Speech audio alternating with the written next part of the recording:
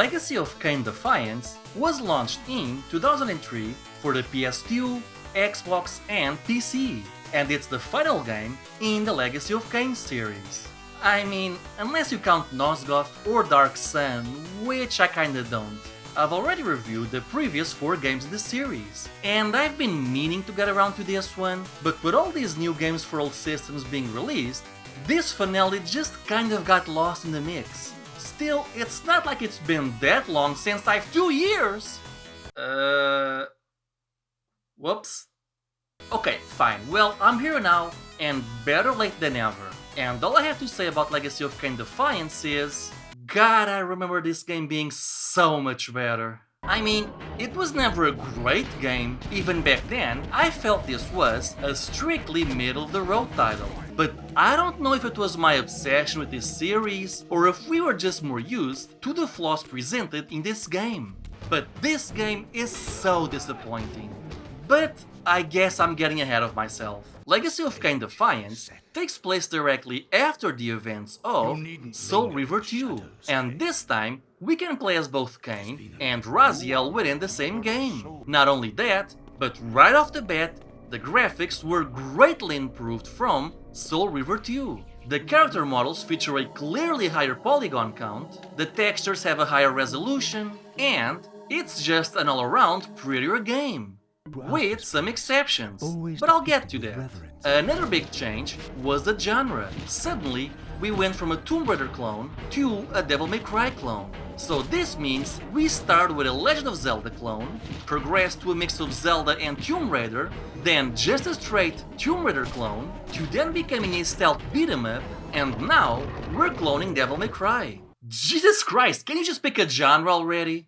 I mean, I sort of understand why they did this, as the combat has always been one, if not the weaker aspect in this series. But it's gotten to a point where the series has become so diluted that it's given it some real identity problems. I mean, what even are these games about anymore? The exploration? The puzzles? I know many will say it's about the story, but Blood Omen 2 barely had a plot at all. Though it is considered as the dark sheep of the series, so I suppose we can give it a pass. It's just that without any underlying mechanics or genres tying them together, this series ends up feeling disjointed from a gameplay point of view.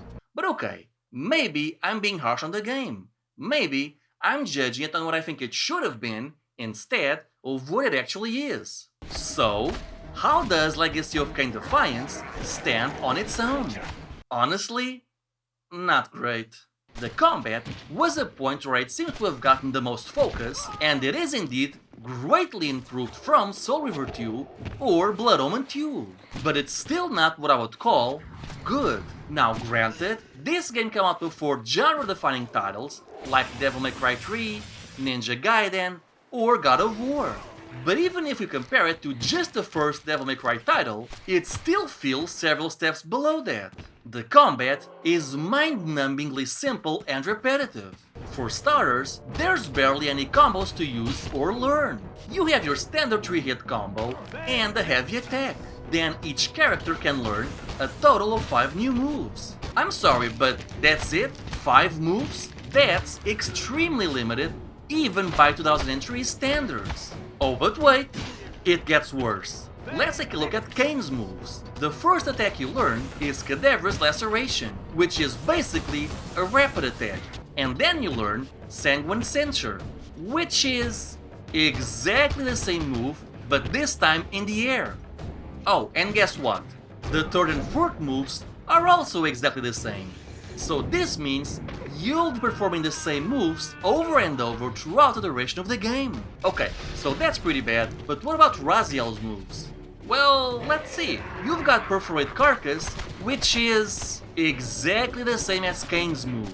And then you have Phantasmal Tempest, which is also the same move, but done in the air. I mean, really? You create a game meant to compete with the popularity of Devil May Cry, a game with an extensive skill shop and fighting style system, I might add, and this is the best you can come up with? A game where you play as 2 characters that play exactly the same and only have a handful of moves which are shared between them? Not like you need them in the first place though, because the enemies are so damn easy you can beat the entire game by just spamming your basic 3-hit combo over and over again. I got so bored with the combat that I started doing my special moves just to try and bring some variety to the combat. But then I stopped doing even that because the combat was so mind-numbingly boring that even that was just too much effort. So I just kept praying each battle would be mercifully short. And yes, you are forced to fight each and every time, as the game will create barriers that prevent you from progressing until you dispatch every foe in a room. Now granted, both Kain and Raziel do get enhancements for the Soul Reaver. Basically, as you fight, you can charge up the Reaver, and once the bar is full, your attack will have enhanced features like burning enemies, freezing them, knocking them back, that sort of thing. You can also spend your charge to perform a powerful area of effect attack. But then again, I barely ever needed these abilities. Sure, it was fun freezing enemies for the first couple of times, but even that got boring after a while. The only enemies that gave me any kind of pause were the large brutes that kept knocking me down, but they were usually accompanied by smaller enemies. And considering you can feed off of every enemy you kill to regain health, I could just force my way through them without having to strategize. Another big change was how telekinesis works. Now, it's been massively streamlined and generally been made better. You can use it to easily knock back foes or throw them off ledges, but you can also grab enemies and throw them around like ragdolls or against hazards like fires or spikes where you can impale them. This was honestly a pretty cool feature, which sadly never gets properly explored. I mean, it's cool that you can do this, but you can do all of these from the start of the game, and it never progresses from that point onward. So you end up with a cool idea that's never explored to its full potential. Give me spikes or weapons I can throw onto enemies. Let me create shields or control multiple enemies at once. There's just so much wasted potential here. Okay, but the combat is just one aspect of the game. So how is the exploration? Honestly, it's not good. The main reason why I left the original Blood Omen and Soul Reaver was the exploration. I just loved exploring this interesting world at my pace, discovering secrets and optional areas at my leisure, or temples with unique visuals, architectures, and textures, which clearly have a story to tell, but is only conveyed to you in small bits or pieces. I loved exploring the glyph statues in Soul Reaver 1 and wondering what was the story these hieroglyphs were trying to tell. They weren't anywhere else in the game, and each statue location had a completely different look and feel from each other and from the rest of the game. Each location felt truly unique. But here, I never got the sense that I was exploring anything. The game is completely linear, so you're never allowed to go off the beaten path and try to look for secret areas.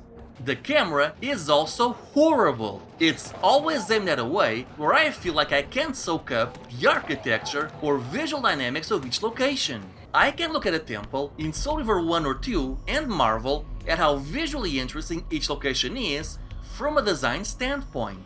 But here, every location feels so plain. It's always displayed in this bird's eye view that never allows you to properly appreciate each location. It also doesn't help that it keeps picking the most confusing angles, making me lose my sense of direction over and over again. Not to mention, it makes it nearly impossible for me to judge distances or angles. Like here, look at this.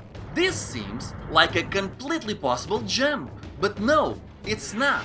Instead, you're supposed to go here and jump from this point. Call me crazy, but the way the camera is angled makes it seem like this point is harder to jump off of. And this is something that keeps plaguing the entire game. How far are you from the jump? No idea. What direction are you supposed to turn? Also no idea, because the controls don't always correspond to what you're seeing on the screen. Which way did I come from? No idea, because the camera changed abruptly and the scenery looks all the same to me. And that's when you can actually see what you're doing. I can't even begin to tell you how many times the camera would get stuck behind some foreground object that kept me from seeing where I was going, who I was fighting, or where I was jumping. I mean, Just look at this mess. How did this make it past the testing phase? Oh, and don't you dare try to explore anything or anywhere outside of what the developers had intended for you, because the camera will make sure you can't see 2 inches ahead of you. When I reached this point, when I finally understood how much this game discouraged exploration, my heart sank. I have never seen a series that distinguished itself by promoting player exploration go to so much trouble to doing exactly the opposite. How is it that after 5 games, you still don't know what it is people like about your titles? How is it that you can create a visually stunning experience on the original PlayStation with a world that is both interesting and a joy to explore, with tons of nooks and crannies to crawl into, secrets to discover, and a ton of verticality to enjoy? How can you create Soul Reaver, this masterpiece of a game, on extremely limited hardware, and then 5 years later, you put out such a visually boring, derivative, and uninteresting title on a much more powerful hardware? A linear game that mostly just has you going from left to right with the odd jump or puzzle here and there, where almost every location looks the same. Even from a story standpoint, the world feels so confined, it's almost claustrophobic. In Soul Reaver, you had a large and varied world to explore. Soul Reaver 2 was linear and small, but at least the world and locations were still visually unique and different. And the time-traveling aspect generally made it fun to see how each location would look centuries apart.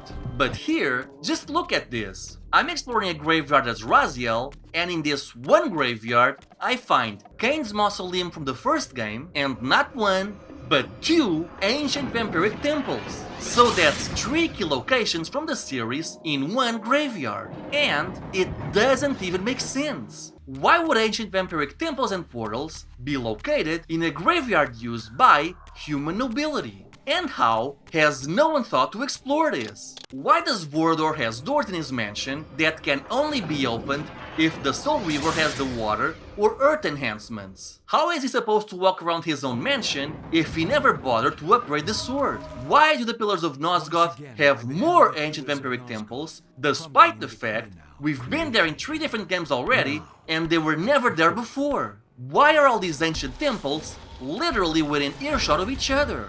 And why is it that all 6 vampiric temples look exactly the same? And why am I forced to visit them twice?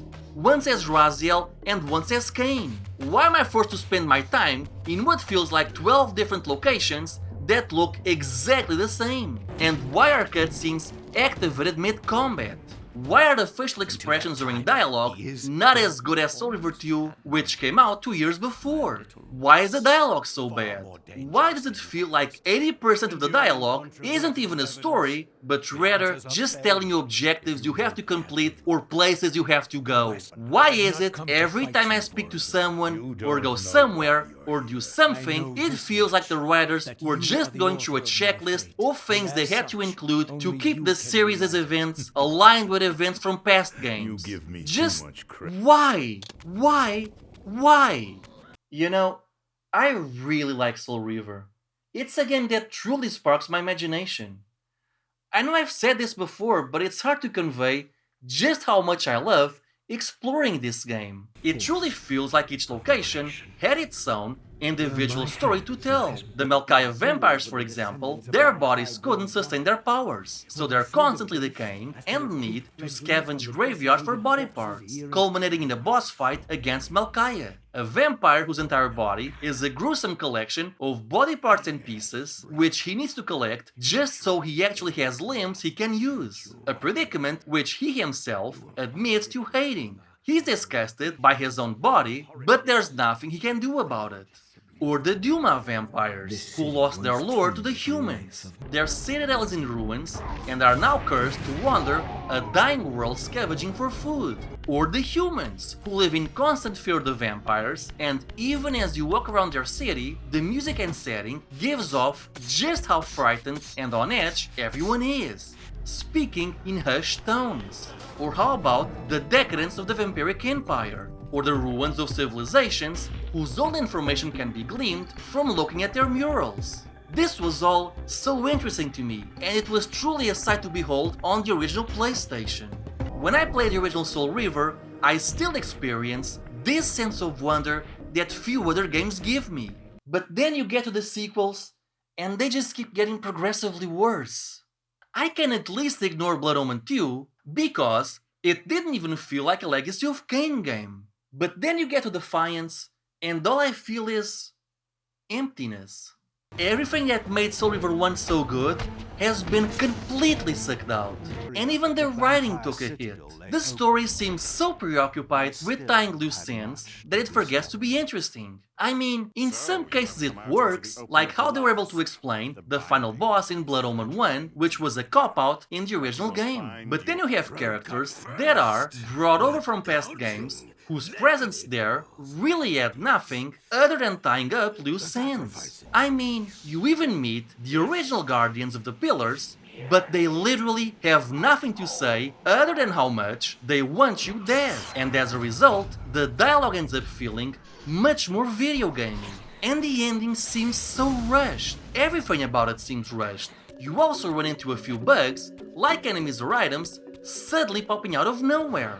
And the thing is, it's not like the game is without its merits. The spectral realm is really good. A sort of purgatory hell where time is at a standstill and you'll hear the cries and moans of souls who are lost and can't move on to their intended destinies. I also really like Vorodor's mansion. It was the only location that felt truly unique, lived in, and which fit the character nicely in how overly lavish it was, but also because it featured paintings and artistic renditions of the ancient vampiric civilization that were inspired by the murals you'd find on those temples, but were drawn in a more romanticized manner. But none of this is enough to save the game.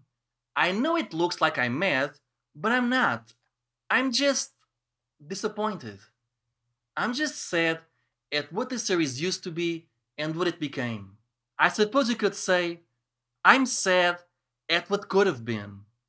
Hey everyone, thank you for watching Stika's Retro Corner. If you want to support the channel, be sure to like, comment, subscribe, hit that notification bell, and share this video. And sorry if I ended this one on a sad note.